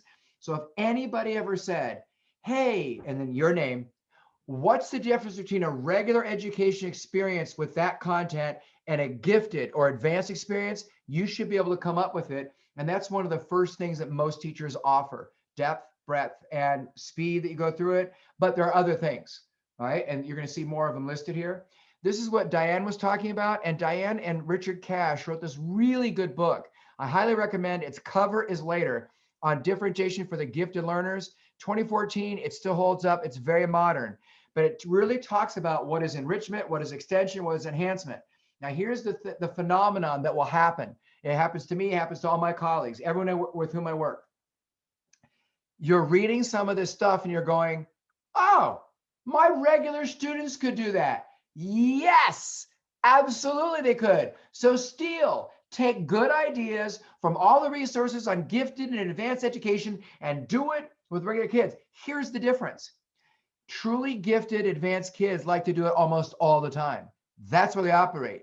Regular kids, it's a real stretch to do that on every assignment, every single time. They don't have that wherewithal quite yet intellectually to do that. They might eventually do that. So always keep it available and say, yeah, if you want to do that, we could totally do that. Not, you're not identified as such, so I shall say no. Turns out a lot of regular kids, even poorly performing kids, can do very well with gifted, advanced, accelerated material and experiences and activities. But it's a difference in terms of their temperament. Are they oriented towards that all the time? Or is it a real stretch for them to do it? So be open with that. Don't shy away from it. Advanced kids encounter high order thinking skills, for example, in the majority of what they do, and I've listed it there to the right. Down below, tangential thinking is okay. So you're talking and suddenly they're like making connections over here. Yeah, bring that on. And then subjects are integrated. So I'm using science in my music class and my math class and my English class to the greatest degree I can. That's actually very appealing, the intersectionality of all that. And then advanced students think academic struggle is weakness. That's a problem. They're so used to having that reputation. And we have to get across to them that it's virtuous, that it's actually okay and preferred to do that. Failure is normal, so to speak, FAIL, first attempt in learning, growth mindset, all of that. Unusually poignant with gifted kids. Enrichment doesn't mean fluff. So we're not doing superficial, do an acrostic poem on chromatography. No, you seriously have to do something advanced with the idea of chromatography. You can't do a foo-foo fluff thing. It's aesthetic or just pleasing and pretty. And then they have longer attention spans, so use it. They don't need to have you talk in sound bites because you're afraid you're going to lose their attention. Now, today in COVID, that might be different because people's minds are scattered all over the place. But in general, they can actually pay attention for a much longer period of time, read longer text. With advanced students, we affirm their effort and perseverance. We don't say, look how smart you are, look how intelligent you are. Again, don't parade the label at all. They're kids first, and we have to remember that. And then they tend to appreciate humor. I mean, seriously, slip on the banana peel, fall on your rear end, slapstick humor, they will laugh more than regular kids. It's really amazing how intellectual folks, they can do cerebral things like satire, parody, clever word use, but they're just as silly. In fact, they're easier with the laugh. So embrace the humor. It's actually okay. And they find it weird that you're not and unnatural. And then they don't require as much practice. So if you say, all right, we're going to be doing 30 problems here to practice, no, they might do 6, move on. You're really going to frustrate them. And it's also when you ask them to read a novel, you don't say we're going to take 3 weeks and 4 weeks to read a novel. You just say, look, this is the novel. Here are the things we're going to do with it. They might read it in 1 night or 2 nights. And if you're saying, no, you can only read 2 chapters a night, you're really frustrating. They want to strip their gears when you do that. So we avoid doing that. Textbooks are not the curriculum. They're merely a resource to a gifted child. Remember that. And then primary resources. So I try to get original or copies of the original documents. I don't try to say, well, here's like a textbook where it's watered down in the commentary. No, we go to the original political speech first, and we analyze that. And then we will look at other people's summarizations and commentaries and opinions pieces about it. That's a lot more prevalent in a gifted or accelerated class. And then they do not like whole novels read aloud to them. They like stories read aloud. So they're story receivers. That's okay, but not the whole novel where you read 20 minutes a day for 4 weeks or something to get through a novel. Don't. And then advanced experience exposes them to a much greater variety of literature and writing, non-traditional writing, as you see. And then assessment is very authentic to how they'll use it in the working world as much as possible. They're able to do that. And then they respond well to increased autonomy. So if we're going to have a guest speaker, I'm really going to ask them and anybody who's challenged with executive function to really coordinate the entire guest speaking experience. And then we intentionally provoke the thinking and confront the status quo. They hate complacency. There's a wider range of readiness levels. What does that mean? It means I do more differentiation in my gifted, advanced, accelerated classes. There's a greater range in that room than I do in my heterogeneously grouped regular education classes. Go figure. So you can't say, like I've had teachers say this, wow, Rick, those sections you teach of gifted students, man, must be so easy. They're all like, one lesson plan. No, dude, I'm doing way more up and down the readiness complexity level differentiation, way more tiering and scaffolding in my accelerated classes. So don't assume it's homogeneous. And then down below, more unique opportunities there, more Socratic seminars and debates and mock trials and things like that. And then just a reminder, they really appreciate the social interaction thing. So inquiry method, where they design the question, the investigative methodology, and they get approval from classmates. They conduct the investigation. They present the results to their class. That's inquiry method. They like Socratic seminars. So I gave you some ideas here that I like to follow with the parameters for that. And they love debate. And I used to be a forensics coach, which is a debate facilitator coach and judge in Tennessee and Virginia. This is the basic debate format, but you can have all kinds of debate societies and they really get into that. If you're into debate, here's a source for you if you'd like to consider that. And I just want to remind you, we have to teach the kids to speak with civil discourse. This is one of the best books and it just came out. And I got a chance to have dinner with Matthew and his father recently. This is just before COVID and they're just delightful. They know what they're doing. I've read the book. It's spot on. So I'm recommending it for you for the very tough conversations about things that are happening in the school and community about racism and bias, sexual orientation things, religious persecution. How do you conduct those kind of conversations without it going off the rails? So I'll recommend that to you. And this is just meeting of minds where the kids dress up as historical figures, but they debate modern world issues as those historical figures would have done it. That's Rosa Parks having words with Bob Dylan. And that's Joseph McCarthy arguing with Joseph Stalin. And that's Robert Oppenheimer in the lab coat there, who is a pacifist, yet made the most destructive device known to mankind, the atomic bomb. How do you reconcile that? And there in the center is Joseph Stalin, Joseph McCarthy, Einstein, and then sinkable Molly Brown coming to détente. The meeting of minds, again, a Steve Allen show. I stole from him. Didn't steal. I worked with him to create the unit. I would love to talk to you about this if you'd like. That's my son, Ryan, and that's the top third of the photo. Yeah, I got in trouble with my wife for him climbing up so high and I didn't notice it. But I did say, that's a great metaphor. Stuck between a rock and a hard place. Let me take your photo. Now, we still make the implicit explicit. We don't assume. So we make the invisible visible. We compact the curriculum. We shorten it down to what they already know it. We don't mire them what they already know because that becomes a classroom management issue. Advanced students often perceive the subtlety and nuance we've discussed. They embrace complexity, transcending simplistic responses, and they often get lost. They're totally in their zone. They're in flow. Yeah, they can daydream and miss timelines. Sometimes they're very bad at being able to tell time. That's quite natural. They're quite good at switch tasking. Notice I didn't say multitasking. They can go over there, do that, come over and do that, and they can switch gears pretty quickly. Orbitals are satellite studies. So it's something associated with what we're doing, but I could teach the same standards or learner outcomes, but it's more meaningful to you. I remember I was teaching All Quiet on the Western Front by Remark. And one of my students was Asperger's, moderate autism, but was also gifted and quite a genius. And I found that I could teach what I was going to teach through All Quiet on the Western Front through their enthusiastic passion, their zealous intensity for poison gases in trench warfare. So it's a little bit of a tangential connection. I was able to teach everything. It was win-win. They get gifted advanced kids really appreciate that. And then they do appreciate patterns and connections, rarely leaving things discrete pieces. Beginners keep things individual pieces. Experts always think in chunks and connections. And then the last one there, please integrate with fine and performing arts as much as you possibly can.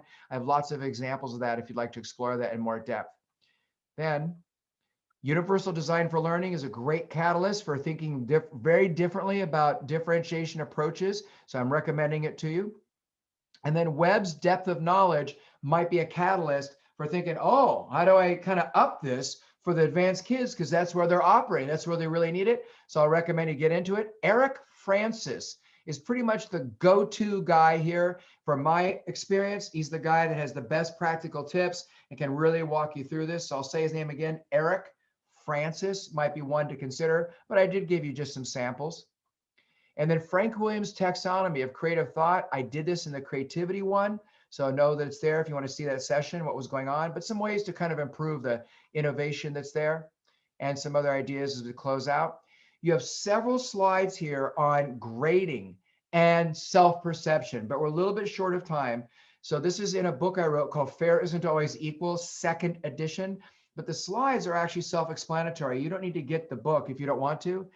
That's actually my nephew, Chris, and he's in an accelerated program, but you need to know that they're very afraid of looking foolish in front of others, and they have to be very comfortable with that. And so do you have a relationship where they would be comfortable doing that, which means they have absolute trust in the one in charge. They're willing to take those risks. And just a reminder for all gifted and really for teachers too, that an expert is the one who's made the most mistakes in a particular field, not the one who always got it right. And once again, we have to help them realize that failure is quite normal. So these are some quotes that my gifted kids particularly like. It gives them freedom, a sense of comfort, a belonging. What successful people know, it's usually fail, fail, fail, fail, fail. Most people think it's just, hey, success or fail. This is a popular image on Google Images. And these are some slides, just 2 slides on how do I negate somebody. So the child has said something in class and they're wrong, but I don't want to shut them down. These are my go-to choices. I would be glad to explain any of these. These work really well with executive function, which is the very next segment, but they also work with gifted and advanced. And then just some ideas about grading, that they begin to see that they are their grades. This is a problem. And one of the things that's really interesting, and there's exciting new research on it, is underachieving gifted students. So gifted and talented students who could, they would go off the scale. How do we respond to them? And one of the things we find is that they're not motivated by grades. So I'm begging you, could you please study what we know about motivation of children? And you would never use grades or the grade book for classroom management or student motivation again. And I have information on that. I think we actually did one session on that, or we included it in a few things. Joseph Renzulli's parallel curriculum is very popular, but this is only after you've had year or 2 training in gifted. This is not the place to start, but it's truly wonderful once you've had some gifted experience, under your thumb, so to speak. Sternberg Intelligences is a great way to expand things for gifted and advanced kids. And then we don't have time to see this, but this is a particularly poignant, I'm overusing that word, but this is a student who is moderate autism, but is, a genius. and what it was like as a child. And she's still very young as she gives the TED Talk. And you can see that she's very nervous. I mean, she's sweating through her shirt. You can tell that this is very nervous. But boy, what she says is so spot on for what I've experienced. I'm going to recommend it to you. So I didn't include it. I may have included it, but if you remember Caroline Canistra, what I learned as an ex-gifted kid, because she would prefer to be out of that, to not be a part of that, might be something that would be helpful. And then these are the books that I want to recommend to you. Spot on, wonderful. These two and these two. Get them. Don't worry. Trust me. You'll email me later saying thank you so much. And then these are just wonderful organizations. And now, given everything I just said, you would pull out 5 or 6 and you would say, what does this mean for me as I work with my students in my class? And am I open to gifted experiences being provided by those who are there? Thank you, Susan Wu, for posting Eric Francis's wonderful in-service for ASCD. He's got a wonderful book. Now, that's a good question. That's actually his first book, and he's working on a web book right now. Okay, so now we have executive function, but we also have those 2 other little segments I want to do. So this will be a little quicker. And just a reminder, you might recognize that guy, somebody you might have taught before.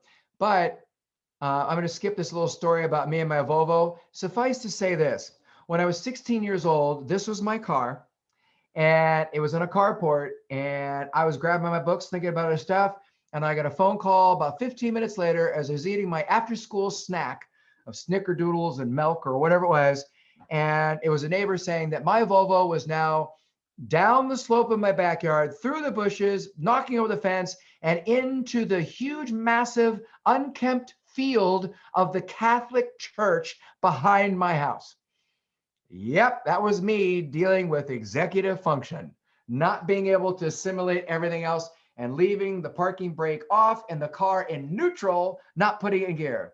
That's my little honesty story for you. So because executive function is kind of cool, there's a lot of different things, I thought we would do a fun video. It's got a good beat. At the end of your afternoon here, you might need a beat, and there's a whistling section if you'd like to enjoy. Now, take a look at all the stuff and decide what I want my students to be able to do, that and that and that. Here's your hint. Yes, to all of them. And wait, are there any of these with which we struggle from time to time? Yes, but adults usually have it together most of the time with most of these. Let's take a look. This is executive function.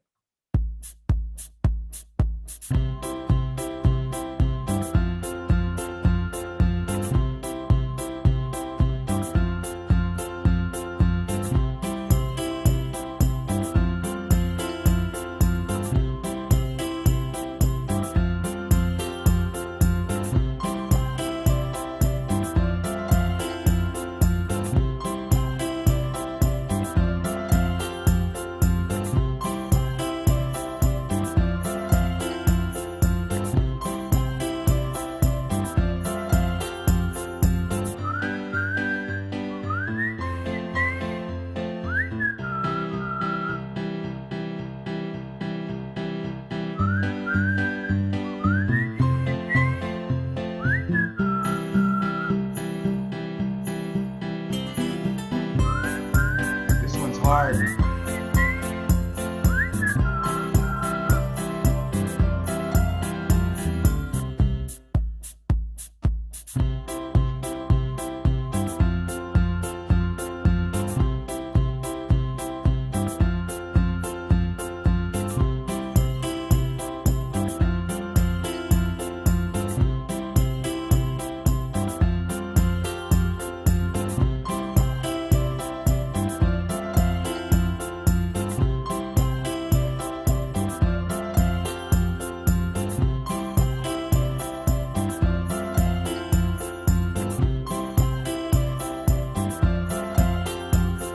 This is a clever name. Strategies, ADD.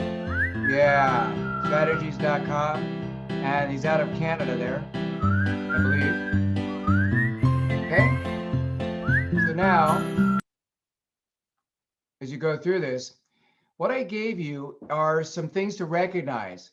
Making inappropriate comments, misreading the social situation, not thinking it's cheating to copy somebody else's homework, This is all executive function. This happens right behind the forehead, the prefrontal cortex. Again, it's the last thing to come online. And I just found out this week, again, new research just coming out, that it is the early 30s now where most executive function really kind of settles in and we can use it consistently. So these students now, we're extending adolescence into the 20s, and executive function used to be about 18 to 25, it would come online. And now it's the very late 20s and early 30s. So there's a lot going on here. We don't teach kids in their late 20s and early 30s. So this is going to be intermittent at best. Again, we're a little bit short of time, but if you will recognize some of these scenarios, you would say, oh, that's the stuff that drives me nuts. It's also something to consider when you're thinking, well, they don't remember their homework, so I have to lower their grade. No, you don't. A lot of grading assessment policies, if you built the executive function skills, they'd be fine. For example, starting the project the week that it's assigned, not waiting until 5 weeks later, the night before it's due, and they turn in garbage. Yeah, that's executive function. Being able to keep up with the deadlines, process, self-discipline, task analysis, breaking something down, being able to look at something and analyze, why is that right or wrong? I don't get it. I don't care. So developing stamina for this. When they study something, not being distracted by 1,000 different things, because impulsivity and distractibility controls are all in this. So I gave you several examples, real at home or in school examples of this. By the way, that bottom one happened in my house when I hired a high school kid to babysit my family. And that's what happened. That's an executive function fail. So lots of these examples. And then a lot of us, that's me up the creek without a creek or a boat. I do have the paddle, but with some of us struggle with it. But again, we've developed the maturity to deal with that. Yes, the child on the left is dealing with executive function. To the right, those are the executive function skills, officially identified that I'm going to recommend to you. Really just powerful. All of those students need to be able to do. And I don't think, if you look at them and do a deeper dive, you realize so many of those things dramatically affect instruction, personal responsibility, and our assessments, what we get from the kids as we move forward. So we have to be informed about executive function. There's no one strategy that works, and the strategies can change week to week. So qualifies you for Mensa Society to keep up with all of this. So what I have here, and this is from an article I wrote. And again, if you want, fleshed out, more coherent version, you can read the article. But these are research-based ideas that really have executive function. For example, we have found that when elementary, middle, and high school students have regular exercise of 45 to 60 minutes, elevated heartbeat each day, like 5 out of the 7 days, that you are actually building the prefrontal cortex faster than you normally would with sedentary activities. So with PE, maybe a concern with everybody in the remote instruction, we've really got to get them moving and physically working out as much as we can. Videoing them, and because they can't see the way the world sees them. And it's what was a help, what was a hindrance. Providing compelling visual aid. Just don't say it and assume they have it. Many teachers I said it, so they must have learned it. Nope. They're very bad at timekeeping, as we mentioned before. With advanced kids, same here. So we provide them literally with the hourglass or some kind of timer so they understand that. You could say you have 3 minutes, and 3 minutes comes and passes, and you say time. They go, that was like 10 seconds. No way. They just don't have that sense of time. And then making progress visible, which really we talked a little bit about more in the descriptive feedback idea. But how are you saying you were once here and now you're here? Let's take a look at some of those decisions. That's huge. And then demonstrate how it leverages them for the things they value. And down below, how to improve sleep patterns. I know that's hard during a pandemic, but focused attention on deeper sleep actually helps them form long-term memory, carry it forward, and be able to process to remember all the details. Really good help with timely descriptive feedback, but we're going to talk more about that coming up. So I'm going to keep on going. This is all feedback stuff.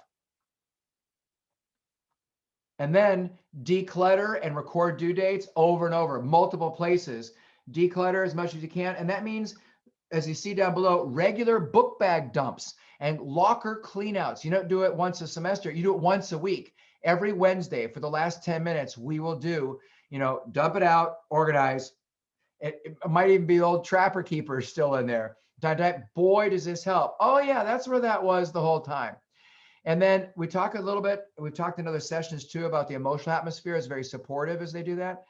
And then they take responsibility. Half of all classroom responsibility and clerical things can be done by students. And I'm going to have the executive function kids step up to the plate first and foremost. And then announcing events and a potential disruption. So in my class, sometimes I've had surprise things. Like somebody will come into my class, rip a poster off the wall that was purposely put up there a week ago for this very lesson when it happened, because I'm going to use that somehow in the lesson. I will pull them to one side and say, hey, just want to make you aware, this is going to happen. Let's rehearse what your reaction might be right now. And that's okay. It doesn't ruin the experience of it, okay? And then down below, more than one reminder system. We have redundant systems like airline pilots. Remember what I said, airline pilots, that will come to bear in just a moment.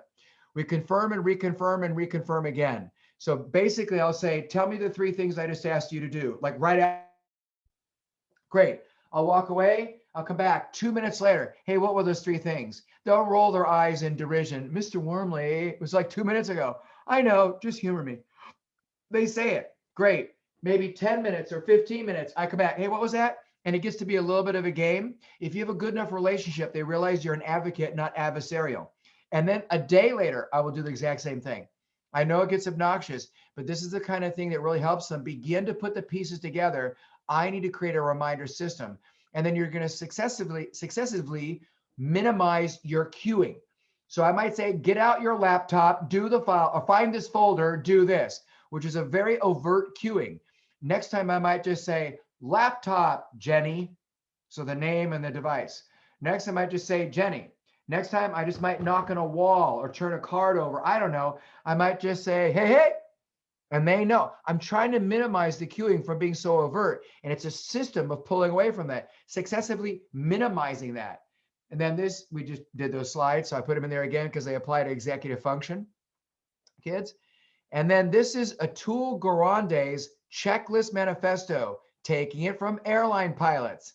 So one pilot is doing the switches while the other pilot is calling it out.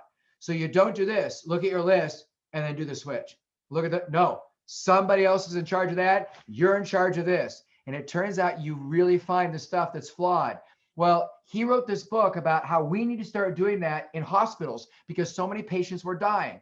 Somebody turned the x-ray around. When you go today for surgery, quite often in hospitals, let's say you're going to have your shoulder, this shoulder over here reworked. They'll say, here's a marker. And the night before or the morning of, you write, not the doctor, you, right? It's this one.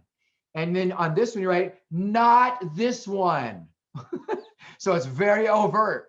This comes from Atul Gawande's The Checklist Manifesto. So the executive function kids, you literally break down the tasks with them and then they check it off or initial. They need this to keep themselves going. And eventually they create the list themselves and it just gets augmented or approved by you. You do this over and over again. This group of activities right here are the things that you would find out if you studied or read like one book on executive function that really work. Again, a really good video. It's a TED Talk of Anne Gannett, who struggles even today with executive function. And she talks about it in a very personal manner. It is worth the watching. It's such a sensitivity. And what's going to happen is you're going to see some of that stuff in you. The question is whether it's predominant and it affects your productivity or you've developed the mechanisms to deal with that so it doesn't become something that has a negative influence. I'm going to recommend you take a look at it when you get a chance. We would do it if we had more time. And then Smart But Scattered, that's for kindergarten through grade 6. But Smart But Scattered teens, that's grade 6 through grade 12, that's second bullet. Third one down is pretty much kindergarten through grade middle school, so 6, 7, 8, late, lost, and unprepared. The other ones are for all grade levels. My article is listed at the bottom. And then anything from the world of ADHD usually works very well with students who struggle with executive function. Then what does knowledge of executive function mean for you? So in our remaining time, let's take a look at just a few ideas. One, if you are trying to take differentiation to the next level, you've got a basic idea from before about scaffolding and tiering and lesson design and things like that. We've already talked about that. We did some of that here. So now what I'm going to suggest you do is you sit in small groups and you do scenarios. So here are 2 scenarios from the spring. Is this differentiation or not? If it's not, what could we do to make it more so? How about this one? Different group structures? Science teacher does this. Is it DI or not? And then I gave you A through like O of just, here's a classroom situation. And what you would do is you would take all the fodder, the catalyst, the ideas, and say, how could we employ that in this situation to decide what to do? Is this a legitimate thing for a differentiated instruction teacher to do? Now, I will tell you, some of the examples here that you see, I disagree with them. And some I agree with them. So they're not all good differentiation. They're real, from real classrooms. And they tend to lend to assessment because this is a part of an assessment series. So it's not just anything. They tend to be about assessing and maybe even grading as you go through it. So you'll see a lot. Feel free to add your own. It's really okay. And check this out. If you're wondering, like, what would Rick say? I would totally answer that on the phone or by email if you're really stuck. But the idea you would do 2 or 3 of these every time you guys are gathered. When you do hypotheticals, you kind of get this robust response. So when it really happens or something similar happens in your classroom, you've got it in your mental fingertips, your internal editor, because you had a discussion about it earlier in the year. Yeah, it really does come up to the forefront of your mind for having rehearsed or heard what your colleagues did. So I've forgotten a number of times. I mean, I can't count anymore. It's way more than I have fingers and toes. A number of times I've been in a situation and something's come up that we've discussed like this in a hypothetical. And I've gone, what was that website my colleague Chris said? That would be perfect right now. I've got to find that out. And a quick text or something along those lines. Might be something for you to consider. So there's a lot here for you. I think I went through O. Let's just see. Yeah, there you go. Then a part of this is finding time. So I did write an article on where do you find time when the regular classroom doesn't work. It's divided into 2 parts. 1, working with the kids. Where do you find that time? 2, how do I do the planning, the preparation for all this? These are some of the ones that I love from the article. They're explained in more depth in the article, plus other ones are. But is there one in this slide you would like me to explain in the time we have left? I'd be glad to do that. Anything there?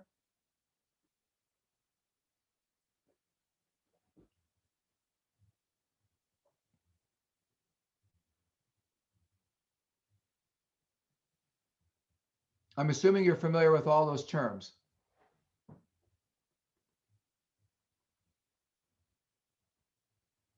Okay. Nobody's really pointing out. So let's go to slide 2. Anything there you would like me to explain?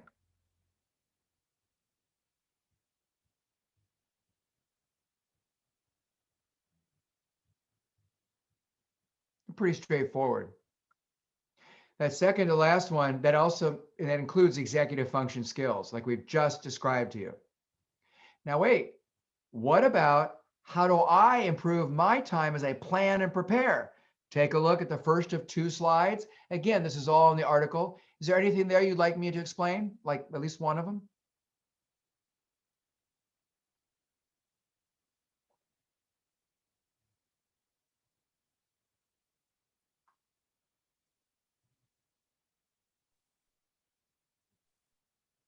Harmo? You lit up. Do you have a question?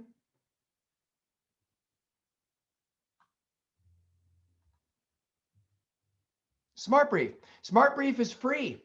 Smartbrief.com. What it does is it reads the digest journals for different professions, and it distills into 2 or 3 sentences the basics of the article. And then there's a little link where you can go to read the article for more in depth. Like we're doing a 1-to-1 Chromebook program, a new initiative in a school. What are the 5 mistakes we made that we're telling you not to do? So I just see that overview and I go, oh, that's interesting. I click on it. Well, you have to go to smartbrief.com, and then you have to go to your particular profession, which would be education. And in education, they have it for different subject teachers. So geography teachers, math teachers, principals and education leaders. They've got STEM teachers. They've got middle school Smart Brief. And these are only articles, about 10, 11, 12 articles, where they read all those journals, all the newspapers that are out there, even some newscasts, and they just say, hey, for today's digest, here are the ones, and you just look your eye through it, decide whether it meets your need, and you get so many good ideas internationally and nationally. That's what Smart Brief is. Here's the second of the 2 slides.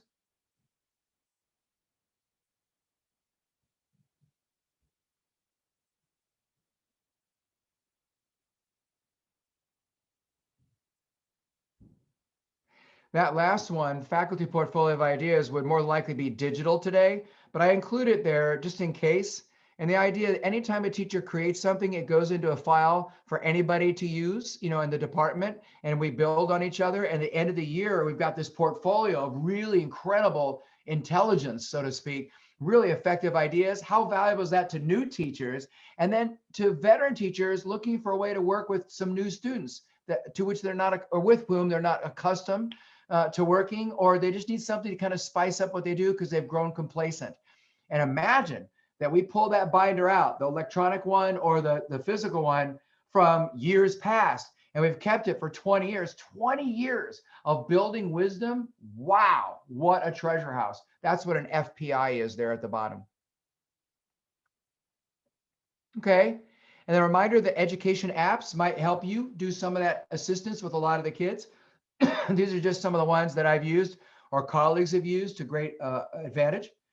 And then there are lots and lots of channels where you can see teachers teaching the same thing you're doing. And maybe you can say, hey, look at these 3. They're only like 10 minutes long or 5 minutes long, whatever. Look at these 3 because they do it better than I do. And it might be a student even teaching it better than I do because whatever I did wasn't working. This is a way that you might be able to meet the needs of a kid without having to do that in your class. The student can actually do that. Article on how to get to know your kids that we mentioned in the last one. And then a reminder that tiering and scaffolding skills, which again was discussed in the last one that we did this spring, are invaluable, and just a reminder is in red there that you want to dive into it. And then our own development. I'm not going to have time to show you this, but this is Carol Ann Tomlinson, who's a friend, as I mentioned. Her books are like the go-to books for so many people, just in general, tiering, scaffolding, differentiation.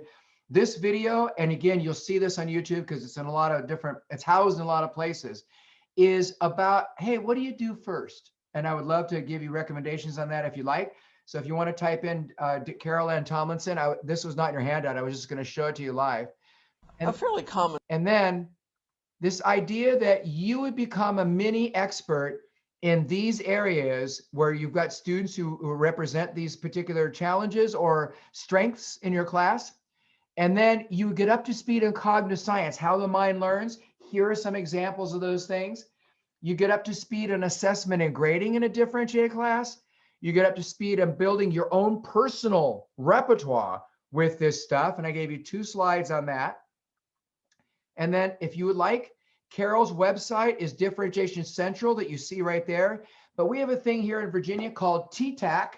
And you can see the website there. And what it is if you're struggling with something, you say, okay, what's my issue? And then you get all these possible things you can do in response to that. I don't know if the province and the ministry provides this for you guys, but a lot of the states here do this. And I think British Columbia has something like this. But if Alberta does, more power to you, use that.